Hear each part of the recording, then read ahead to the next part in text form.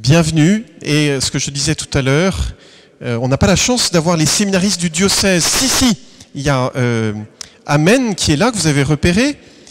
Il est où Amen? Il est à la sacristie peut-être tout de suite, qui est parmi nous parce qu'il fait une année de stage aussi à la paroisse de C. Et puis les autres séminaristes sont en communion de prière avec nous à Rome parce que tout le séminaire de Rennes est actuellement à Rome en pèlerinage. Ils ont participé, j'imagine, à la messe de l'Ascension et ils portent dans la prière aussi cette démarche jubilaire que nous vivons et cette prière pour les vocations. Alors, ce que je te disais, Théophile, cette année, vous êtes séminariste du diocèse parce que vous êtes en pèlerinage toute l'année ici et donc vous êtes vraiment parmi nous, avec nous. Et je te pose tout simplement une des questions qui est sur cette feuille. Comment, toi qui es jeune, comment découvres-tu, as-tu découvert peut-être, et comment découvres-tu encore maintenant ta vocation ? Alors je vais répondre un peu par un joker. C'est une chose qui nous étonne beaucoup en arrivant au séminaire, c'est que souvent au début on se sent un peu unique, on a une belle histoire, et puis quand on arrive au séminaire, il y a d'autres séminaristes, et là vous vous rendez compte que vous n'êtes pas le seul à être appelé, et que votre histoire elle est unique, mais que c'est pas la seule, et qu'il y a d'autres belles histoires aussi, et que le Seigneur a vraiment 1000 manières d'appeler les jeunes aujourd'hui. Il n'a pas un seul moyen, il n'a pas une seule manière de faire entendre sa voix, mais vraiment... Voilà, il sait se faire entendre de manière très différente. Alors je vais vous raconter une manière, donc en sachant que voilà, je relativise, il y a plein d'autres manières de découvrir sa vocation. Mais voilà, je suis heureux de vous en faire part. Et si ça peut, voilà, si par là le Seigneur peut aussi appeler, ce sera une grande grâce. Voilà, quand on a reçu cet appel, on a vraiment le désir, et bien que d'autres puissent le ressentir aussi. Voilà, donc moi j'ai eu la chance de grandir dans une famille très croyante et une des choses qui a marqué mon enfance, c'est que j'ai appris à prier jeune. Quand j'étais jeune, je savais que le Seigneur existait, je savais qu'on pouvait lui parler, qu'on pouvait avoir une relation vivante avec lui.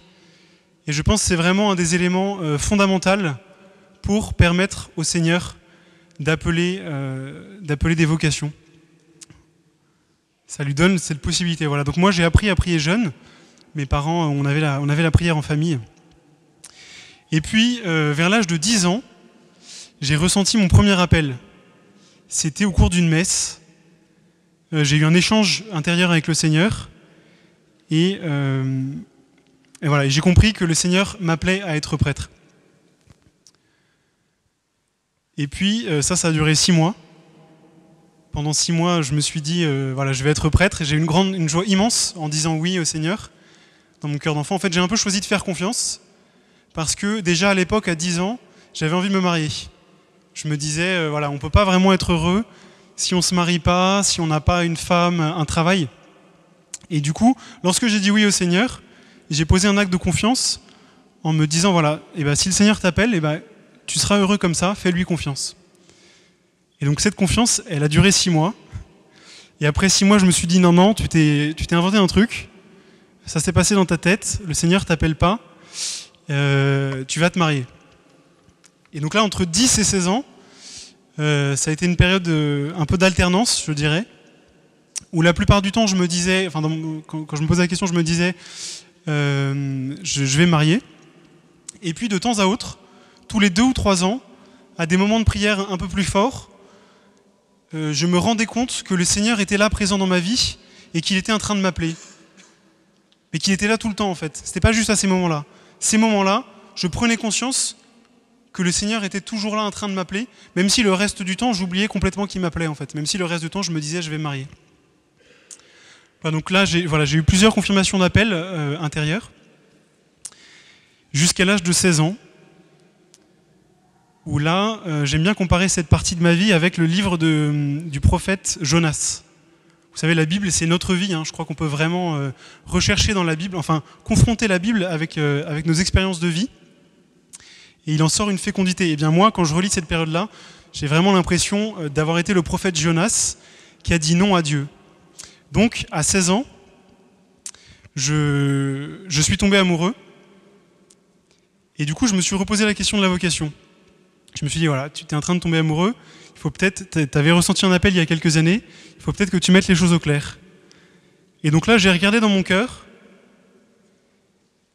et les choses me sont parues tellement claires, c'était tellement évident qu'il y avait cet appel à être prêtre, que j'ai dit au Seigneur, non Seigneur, je ne peux pas. Voilà, j'ai eu peur, et du coup j'ai dit au Seigneur, voilà, j'ai tout mis sous le tapis, j'ai dit Seigneur, laisse-moi tranquille, moi je veux me marier, voilà, appelle-en d'autres, il y en a d'autres qui sont super, regarde, il y a un tel, ils sont géniaux, appelle-les, ils feront des super prêtres. Et voilà, donc j'ai un peu mis tout ça sous le tapis, et je me suis dit, voilà, non, je veux pas, ou bien on verra plus tard. C'était un peu les deux réponses que j'avais dans le cœur. Et donc ça a duré pendant 2 ans. Donc pendant ces 2 ans, voilà, je continuais à être amoureux, et puis en fait, je vivais un petit peu un combat intérieur, parce que d'un côté, je voulais me marier, enfin d'un côté, j'étais amoureux, et de l'autre, le désir de Dieu grandissait dans mon cœur. C'était mes années de prépa, et c'est le moment où j'ai commencé à la messe tous les jours, parce que j'étais dans une prépa chrétienne, où on avait la messe à domicile, et donc j'avais un peu j'avais un peu ce combat dans le cœur. D'un côté, je sentais que l'appel du Seigneur grandissait, que j'avais de plus en plus envie d'être auprès de Dieu, et de l'autre, j'avais pas le courage de faire le pas, de dire bah non, je renonce à la vie de famille. Eh bien, ce courage, je l'ai trouvé grâce à mon père.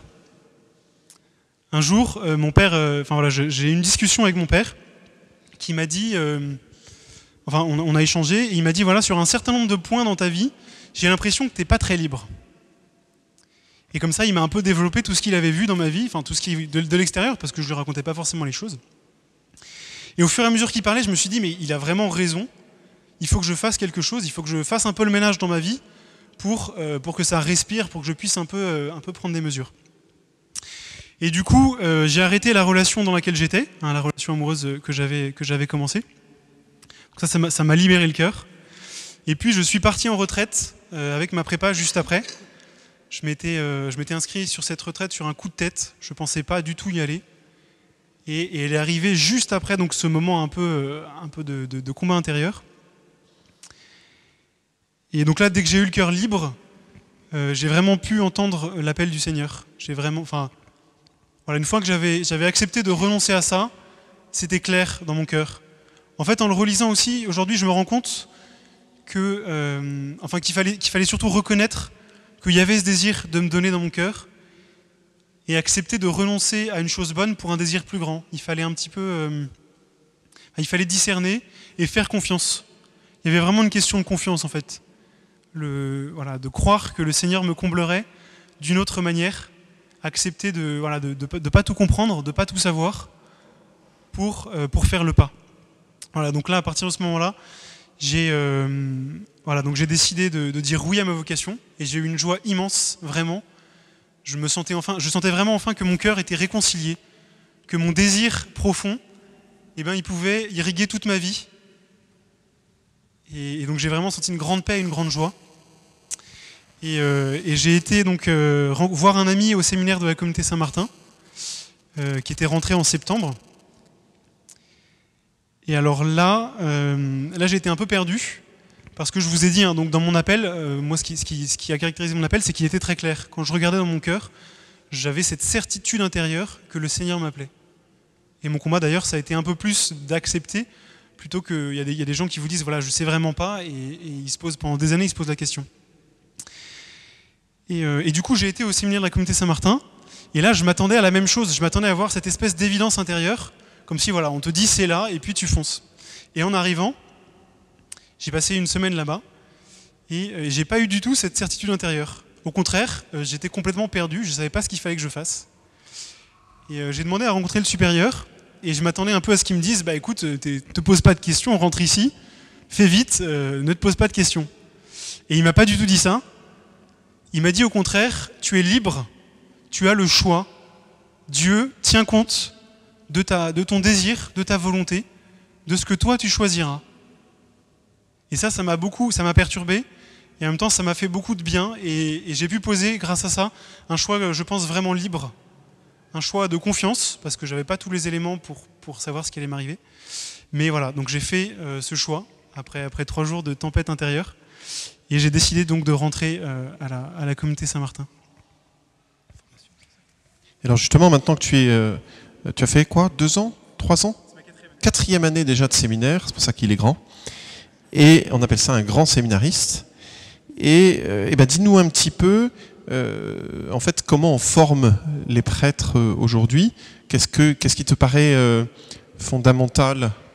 On va dire les 2, 3 éléments qui te paraissent fondamentaux dans la formation que tu reçois. Alors le premier élément qui me paraît très important, c'est de se rappeler que c'est l'Esprit Saint qui forme, et d'ailleurs qui appelle aussi les vocations, et que toute personne qui coopère à l'appel des vocations n'est que coopérateur. C'est pas nous qui créons les vocations, c'est l'Esprit Saint qui nous appelle, et les formateurs, l'évêque, ne sont là que pour faire passer l'Esprit Saint en fait. Ils sont un peu des déclencheurs de la grâce, et c'est vraiment l'Esprit Saint qui travaille. Ça m'a beaucoup marqué mes premières années, de me rendre compte à quel point les formateurs étaient seulement des instruments, et que ce n'était pas d'abord eux qui étaient importants, mais d'abord d'être à l'écoute de l'Esprit Saint. Ça, c'est la première chose que je voudrais rappeler, et d'avoir toujours cette foi en la puissance de l'Esprit Saint. La deuxième chose qui me paraît fondamentale, c'est, et qu'on nous enseigne vraiment au séminaire, c'est fonder les choses sur notre amitié avec le Christ. Et ça passe par la foi. Ça, c'est vraiment un élément sur lequel on insiste beaucoup. C'est dans notre relation personnelle avec le Christ qu'on va pouvoir construire notre sacerdoce, notre désir d'aimer Dieu et d'aimer les hommes. On insiste beaucoup là-dessus. Et du coup aussi beaucoup sur la foi, parce que le Christ, on le voit pas, enfin, si à la messe, mais d'une certaine manière. Donc on insiste beaucoup dessus.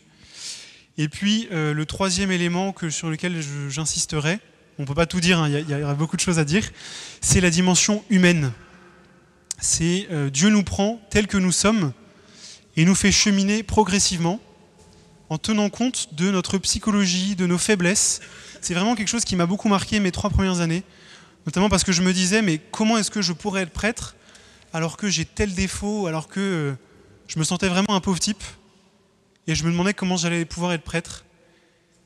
Et avec le recul de ces 4 années, je sens la miséricorde de Dieu, sa patience pour accompagner, pour faire cheminer, et la manière dont il respecte notre liberté, dont il nous conduit doucement en fait.